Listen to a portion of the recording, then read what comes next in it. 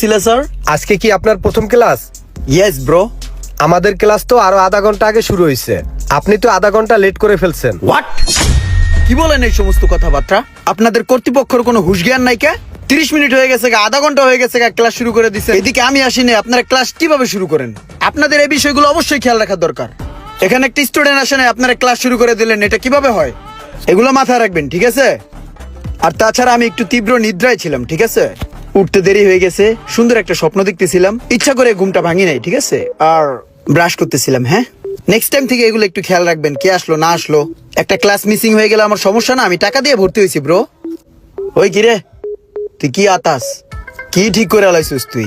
Class শুরু হয়েছে আধা ঘন্টা হয় নাই, ওই বড় হ্যাডুম হয়ে গেছে। নাম কি তোর? সিদ্দিক। আলকা সিদ্দিক? না, শুধু সিদ্দিক। ও শুধু সিদ্দিক, পরিচয় হয়ে ভালো লাগলো।